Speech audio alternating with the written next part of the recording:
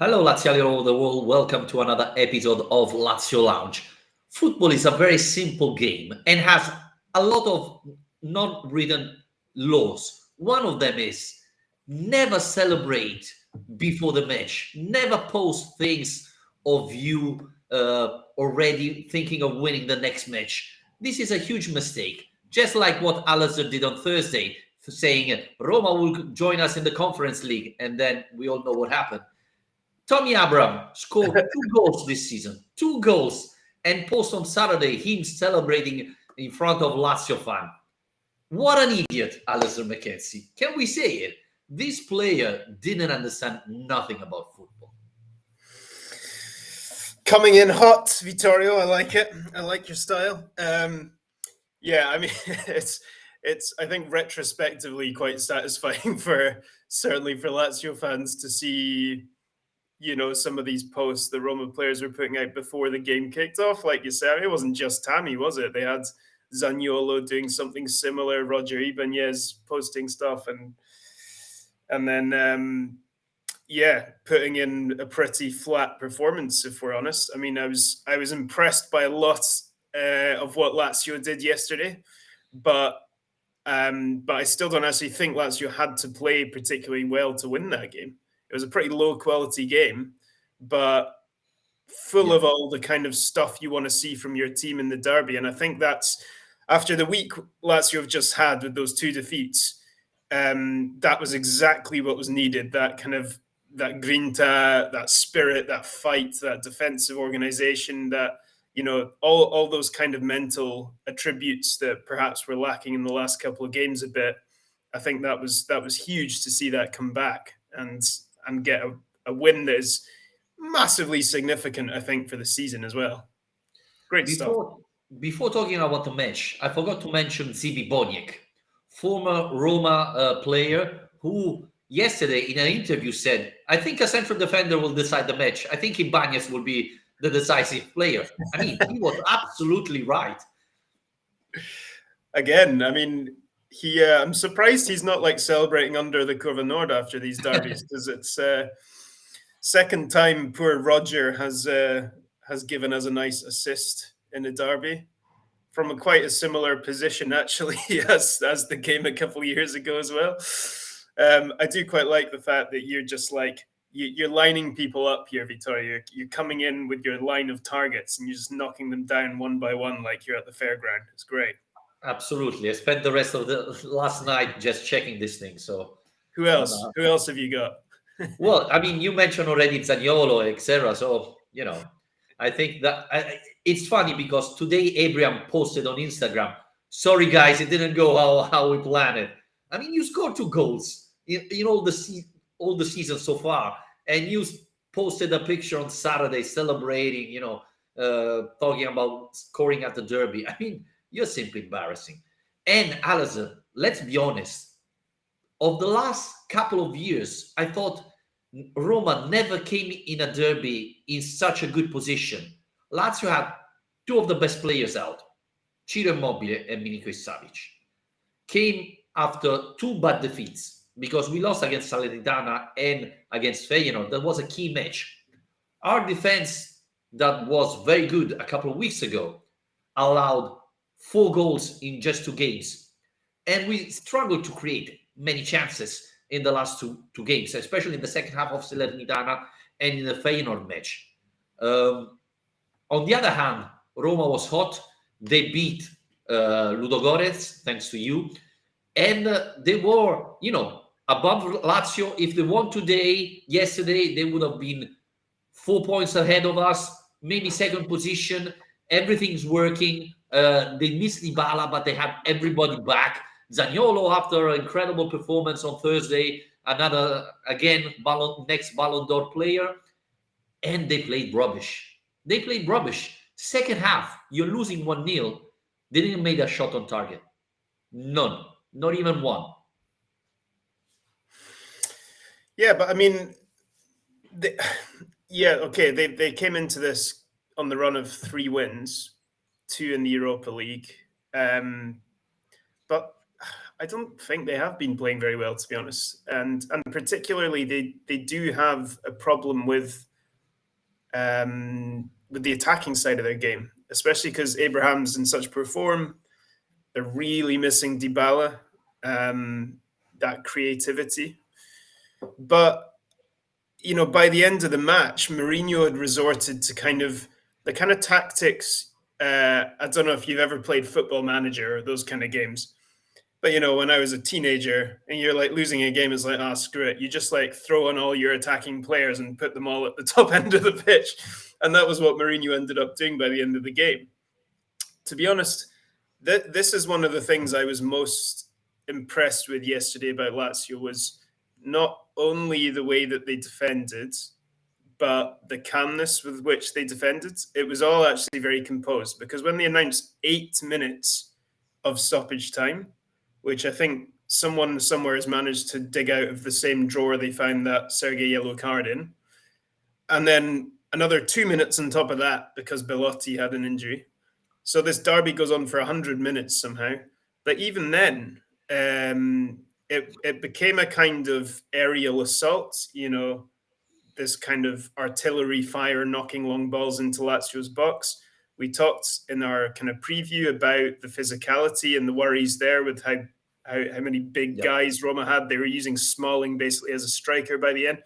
But how well did Lazio deal with that? And I don't mean in a kind of panicked, let's hack the ball away, let's get to the end here. They were very composed in the way they dealt with it. The two centre backs, Romagnoli, Casale, very good.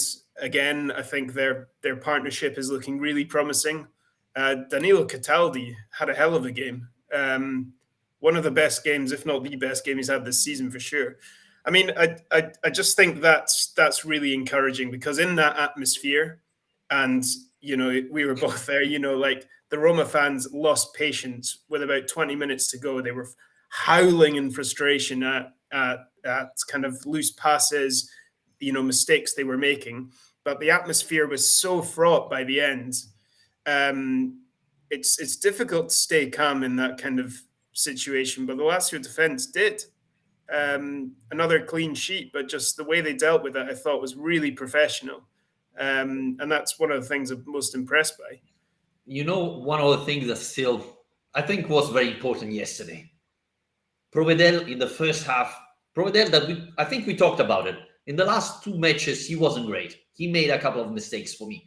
But yesterday, and how good it is to have finally a goalkeeper that comes out and grab the ball when you put this high cross in the box, and they have Abraham, Zaniolo, etc., and you find a goalkeeper that comes out and grab the ball. He did it twice in the first half, and another one when Belotti got injured in the second half.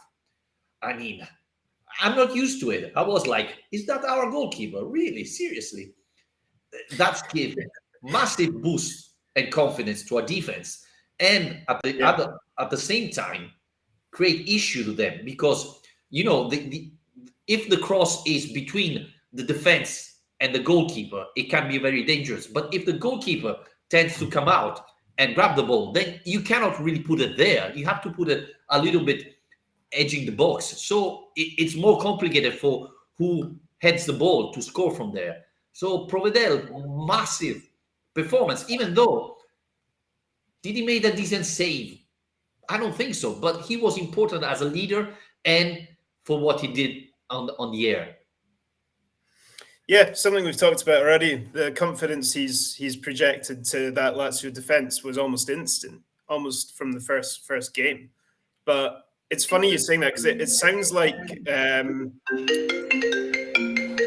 Yep, sorry. You got somewhere better to be, Vittorio? No. Yeah, it sounds like quite a niche detail to be talking about, but actually, when you're at the games, you realize that everybody feels the same way about it, because there is a reaction from the stands when Provedel comes out and punches away a cross. There's almost like a huge applause that comes from the stands when that happens, because it seems like such a novelty after years of not really having keepers who could do that fielding job quite so well. So yeah, that was huge. you're right. He didn't have a huge amount of work to do. I think the midfield helped with that too. I think I've already mentioned Cataldi, but I'll mention him again. I think defensively he did an awful lot to protect that back four, to make ball recoveries, interceptions, a couple of tackles. I mean, he was really good in the defensive side of his game, which isn't always what we're applauding him for. And yeah, I think all in all, it wasn't a game of huge chances at either end. But we had the biggest one in the second half, right? Yeah, exactly. That's what I was going to say. So we took the chance when it presented itself, which, although Mourinho called it a half goal, as Sarri explains, that was the fruit of a tactical decision to put pressure on Mancini and Ibanez, because they are both loose cannons really in possession, and it's pretty simple tactics, but it worked. And actually, I felt a bit bad afterwards, because in the reports I wrote about this game, I kept describing Anderson as having a very simple task of finishing that off. But I watched the replay again this morning. I was like, well, okay, he was 1-on-1, but Patricio is rushing out at him. The ball's landed at his feet unexpectedly. He's on his weaker foot. So actually, I think he does deserve more credit than I gave him. I think it was actually a really good finish, composed finish from Anderson, who, again, yeah, like you say, second half had the best chance of the half. So it wasn't free flowing. It's not a derby we're going to be watching it again, I doubt. But to come out on top of a game like that without your two best players is massive. I think the Felipe Anderson goal was the longest 3 seconds I can remember. It looks like it was in slow motion. I remember yelling, "Come on, shoot!" And still he didn't shoot. So I don't know. I was a little bit concerned, knowing Felipe Anderson is not Ciro Immobile. But again, I thought Felipe did what everybody asked him to do. So that was really good. Before mentioning the players on the pitch, should we mention two players that didn't play a single second yesterday, but probably had a huge impact in a game? I'm talking about Ciro Immobile on the bench and Stefan Radu. Don't know if Stefan Radu can be considered a player of the match, but he's got credit for that, right? Yeah, I mean, it's amazing, isn't it? Radu's ability to still end up as being the kind of like the subject of memes and this kind of like menacing, mischievous presence, despite not having played a single minute. I mean, credit to him. It's quite impressive. And yeah, like you say, Ciro on the bench despite not being able to play. I don't know. I find that quite surprising in a way.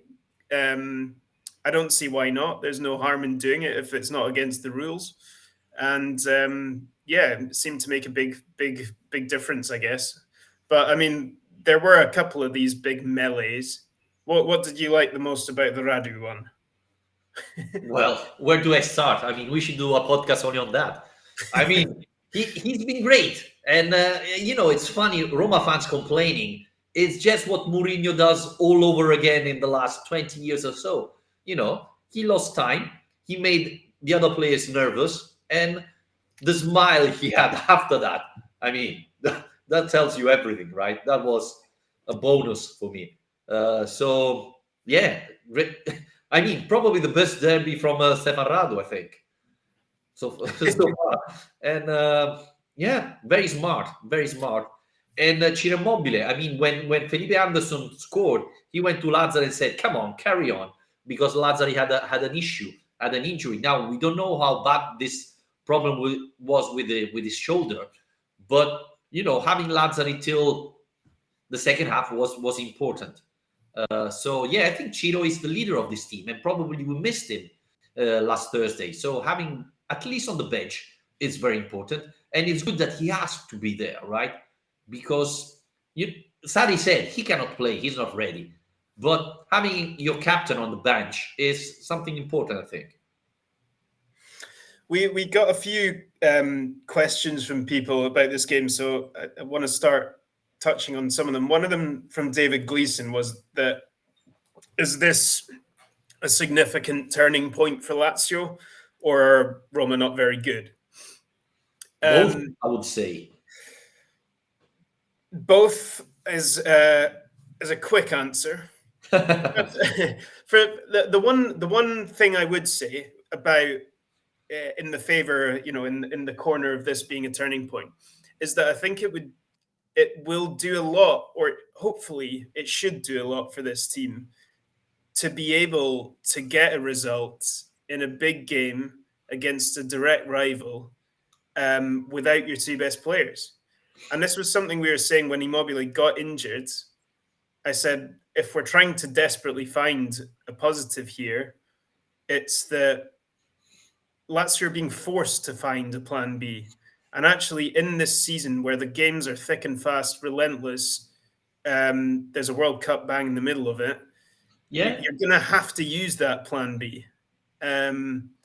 Lazio have now shown that not just without Ciro, but without Sergei, they can actually go and win big games.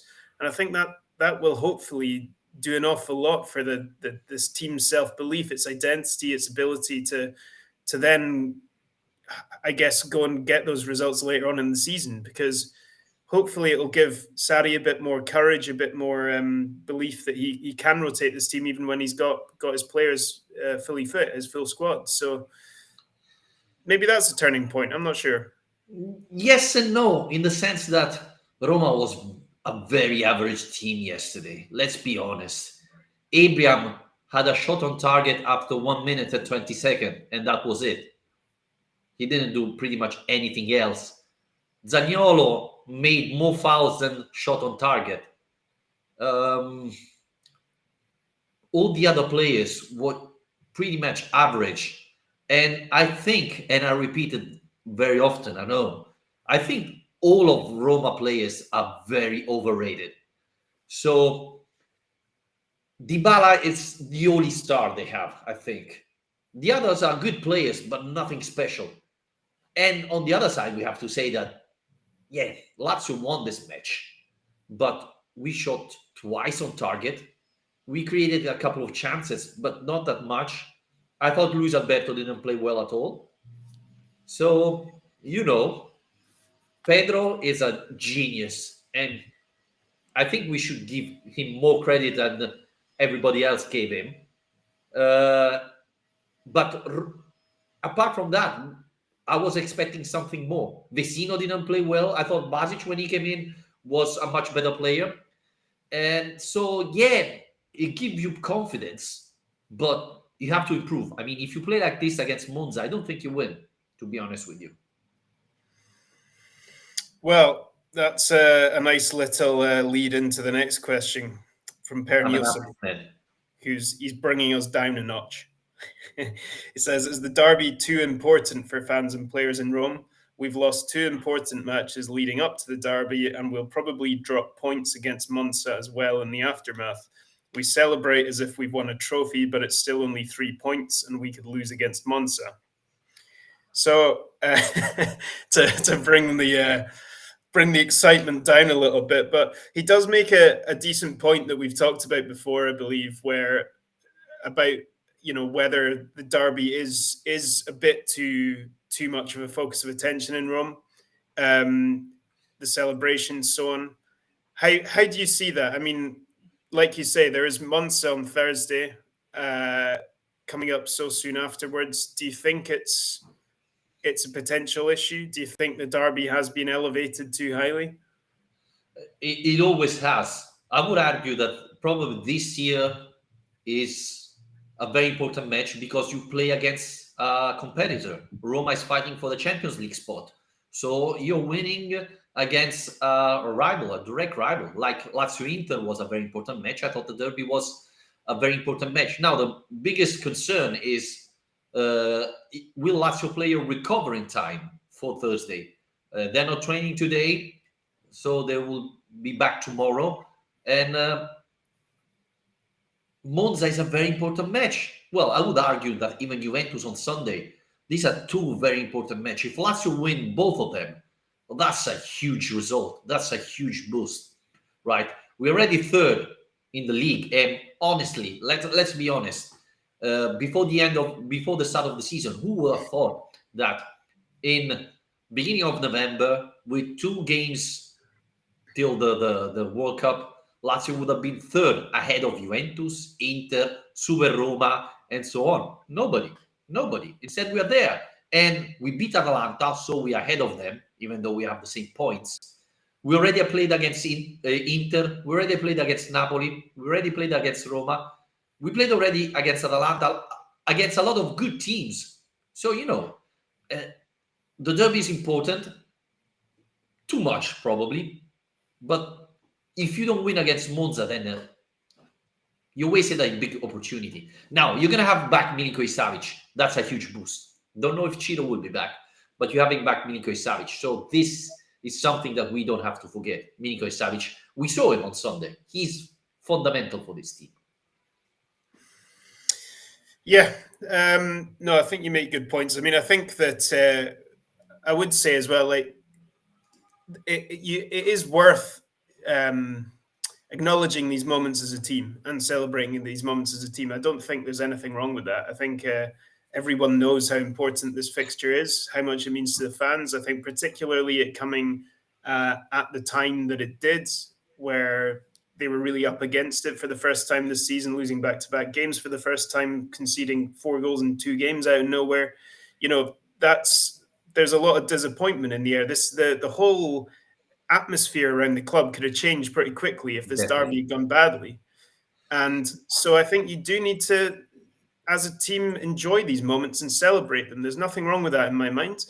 As long as you're able to then, from Tuesday, because they're having a day off today, from Tuesday, just switch gear and be focused on the next match and prepare properly in the same way that you always will.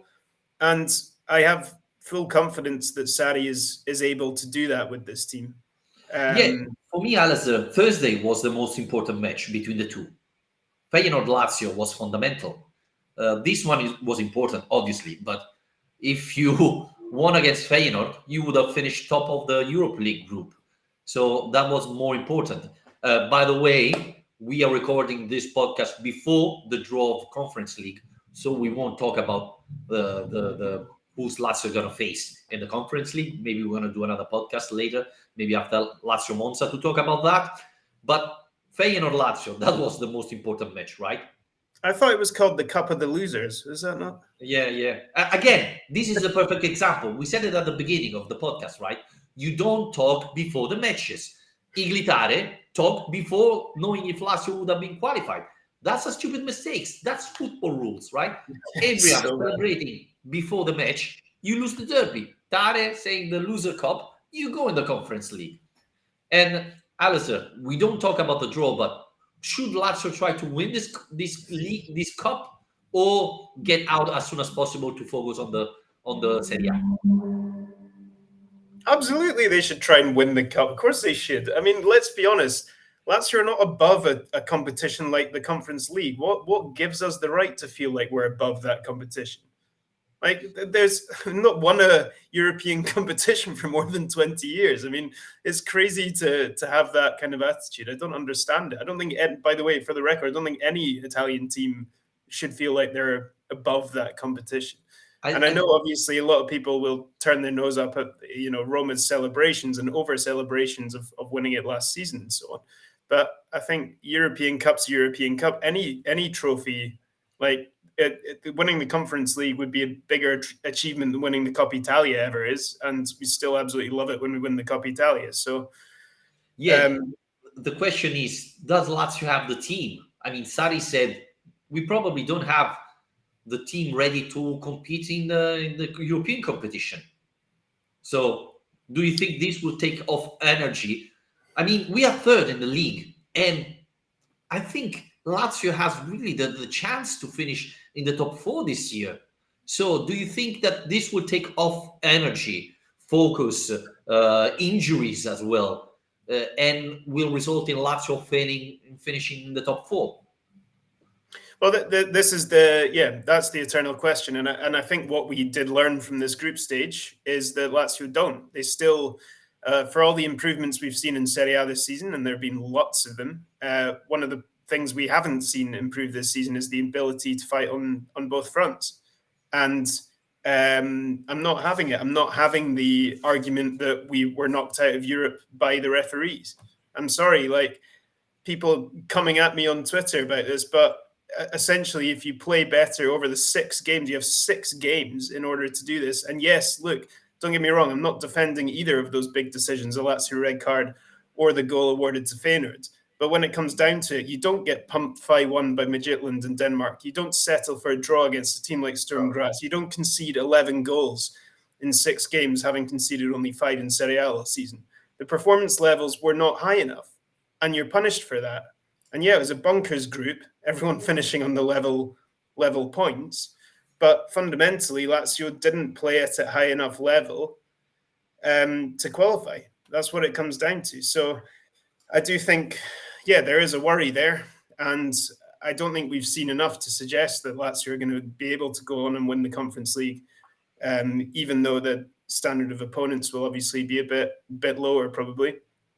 But we'll see. We'll see. I mean, this is going to be an ongoing conversation, isn't it? Because obviously, what's more important, finishing in the top 4 or winning a European trophy? If it ends up with the 2, we don't need to get into that debate yet because I'm sure that'll come. But it is a question. Definitely, we're gonna talk about it in February probably. We didn't mention, or at least you mentioned a little bit about Casale. I thought Casale and Romagnoli had a great performance, a great match. There's always a little bit of fear when a Roma-born player plays the derby, right? I remember Nesta playing his worst derby ever a couple of years ago. So you could fear that Cataldi, Romagnoli could feel the pressure. Instead, I thought, you said it, Cataldi had a great match, but Romagnoli as well was terrific yesterday.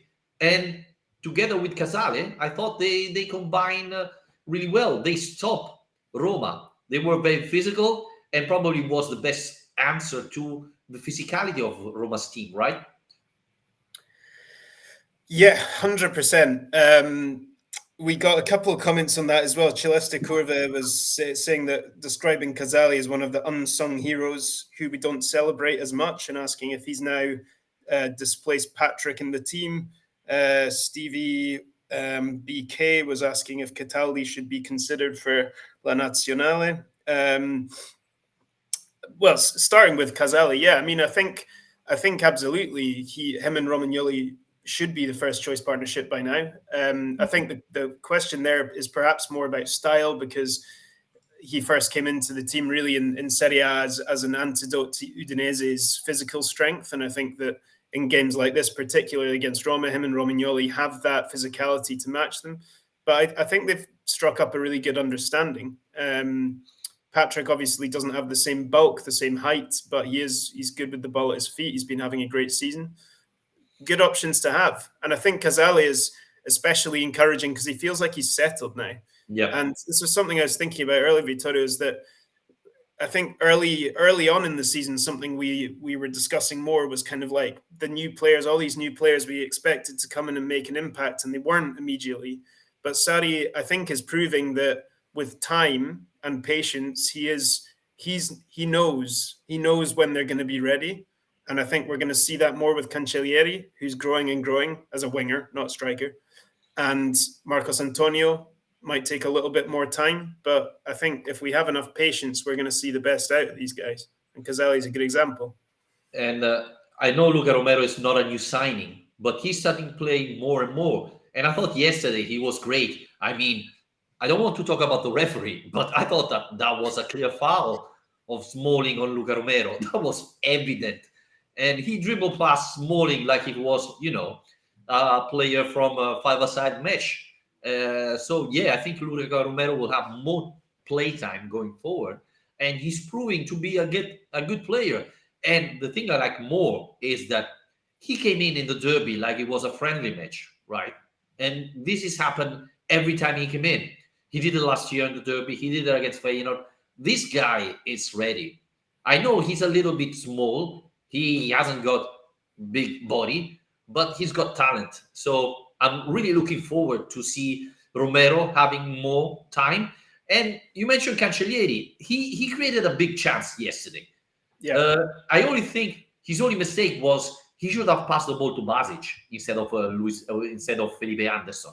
And again, we talked about Basic in the past. I thought in the last two matches against Feyenoord and yesterday, he played quite well. I was impressed. I mean, it was hard to do worse than Luis Alberto, to be honest. Uh, didn't like him yesterday. But it's encouraging to see Basic stepping up, improving, just like Casale and the other youngsters. Yeah, and as for the Cataldi question, he has been getting some consideration. I mean, Mancini called him up. I think it was around this time last year, wasn't it? When he was had that good little spell of form the first season under Sarri. He did get a call up to the Italy squad. As far as I remember, he didn't actually get a game. No, it was a stage, something like that. Yeah. I mean, so he's in the frame there. I mean, I think that there's a lot of competition for places in that Italy midfield. The central midfield area is very locked in with the guys who won the Euros. So he's got a lot of work to do to break that. Could he present himself as a kind of Jorginho alternative now that he's essentially doing that with Sarri? Possibly. But what I would like to say, what I'd like to see from Cataldi is more of this on a consistent level, Yeah. because that's been his downfall in the past. We've seen performances on this level from him, but he's struggled to ever string games and games together where he's constantly playing at that high level. So I think he needs to do that before he'll be seriously considered by Mancini. But Alistair, it's unbelievable that Romagnoli hasn't been called. I mean, this season he's playing great. I don't remember a single mistake from Romagnoli. So it's incredible that he hasn't been called so far. I would add Casale to the mix. I mean, he's young, he's playing really well. And we had, I'm talking about the national team, a very old defense, right? I mean, Bonucci, sometimes he's still called Chiellini. I mean, come on. We should be calling some younger player. Luis Felipe is injured again, so he won't be called. Chiellini's an MLS champion, all right? Put some respect on his name. Yeah. So I think, and I like this fact that I was thinking yesterday of the starting lineup of the defense. Lazio had 4 Italian players: Provedel, Lazzari, Casale, and Romagnoli. Only Marusic was the not Italian player. It's not a racist thought. It's just that, we saw that in Italy, if you built an Italian group, usually you perform better, right? So I'm happy to see this. Well, no, I mean it's good for everything. It's what people want to see in their home leagues is young, and homegrown players, because it helps with everything. It helps with developing the national team, the league. It also helps you with building your squad, because you have to register a certain number of players trained in Italian academies and in the Lazio academy in your squad. So yeah, there's definitely been an Italianization of this team. Cancellieri, Immobile, Zaccagna. I mean, there's tons now. And it really wasn't like that for not very long ago. So, yeah, a lot more Lazio involvement in the Azzurri squad now or in the future than there has been in the past, I would say. Right, what else have we got to cover off? Murici goal and assist. Sorry? Murici goal and assist. I mean, Murici watch. Ballon d'Or, right? It's happening. It's happening. I don't know who's doing the power rankings at the moment, but he's got to be up in the top 10 by now. I mean, definitely. No discussion. No discussion. But yeah, we didn't talk about Zaccagna. I mean, it was nice because in the build-up, the zone in particular was focusing on Zaniolo Zaccagni. Probably Zaccagni had the best between the two. But he was probably the hottest player in the squad for Lazio. He was playing really well in the last month or so. What's your judgment on his performance yesterday? And again, who is man of the match? We didn't talk about that, apart from Radu. um, well, starting with Zakanya, I mean, I thought he started pretty brightly. The way that he kind of skipped past Mancini to get a booking early on, I was like, God, that is actually a perfect start for Lazio to get a hothead like Mancini on a yellow card after what 8 or 9 minutes, something like Yeah. that. Was good. Then he got fouled again pretty soon after that by Camera. So he was winning fouls with that kind of dribbling ability he has, his ability to take on players.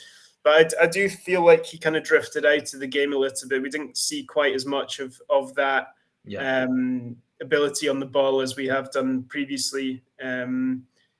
He loves kind of getting it out wide and bringing it down the line, in from the side, down to the byline, and we weren't seeing so much of that because I guess Roma's defense was kind of big and quite packed. Man of the match, I actually had to give one on my match report yesterday. I gave it to Cataldi. I thought his performance was excellent, all round performance. You know, in possession, out of possession, everything you want to see from a central midfielder in a derby match, and a real calmness to his game.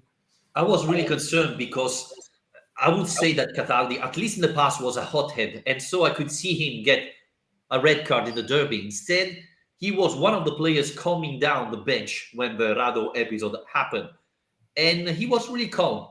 So that's really an encouraging sign. And the last thing I want to talk about, Alistair, is the derby is always really difficult to live for me. You know, it's an important match for me coming from Rome, etc. But yesterday, I was thinking, it's the second half. We are leading 1 goal. Roma is having ball possession. I was really calm. I mean, Roma hardly had a great chance. That was really surprising. Yes, our Lazio defense step up, but I was like, am I sick? I'm doing not well. You know, is my heart stop pumping? I had a heart attack and didn't realize. I was so relaxed. I couldn't understand why. And then you go and analyze and think, the second half, they didn't have a shot on target, not even close. No. You know what this is, Vittorio? No. This is the sensation that comes with having a good defense. I know it's a very strange and out of body experience for Lazio fans after recent years, but I think that tells you a lot that you had that feeling, you had that experience, because we trust this defense now, and that is something we've not been able to say for a long time. Yep. And watching the way they were playing yesterday, it did give you that feeling. Even like I said right at the start, even with 10 minutes of stoppage time, That was embarrassing. long balls being thrown into the box towards Smalling, even then, you felt like, actually, I think they're fine. I think they can deal with this. So yeah, I mean, it's amazing. It says more than anything else I've ever heard about this defense. If you are remaining calm in a derby, I think that is the greatest compliment you can pay to this Lazio defense. Absolutely. I mean, a goalkeeper that comes out and grab the ball, defense that physical. I mean, yeah, Roma's playing so bad. So even in a derby that was, not really exciting, Lazio deserved to win. So that was really encouraging. But again, as Alistair mentioned, we have to focus already on Thursday. Big match coming up. Lazio Monza, last game at home of the year. We're gonna be back in January, Alistair. I have to dash, so we have to wrap it up here. If you're watching us on YouTube, subscribe to our podcast on iTunes, Spreaker, and Spotify. Please rate and review if you like the pod. And if you want to support us, patreon.com/Lazio Lounge. Membership starts at $2 a month. Thanks everybody for your support. Thanks Alistair for joining me. And we're going to be probably back Friday after Lazio Monza. Thanks Alistair. Cheers. Ciao, ciao.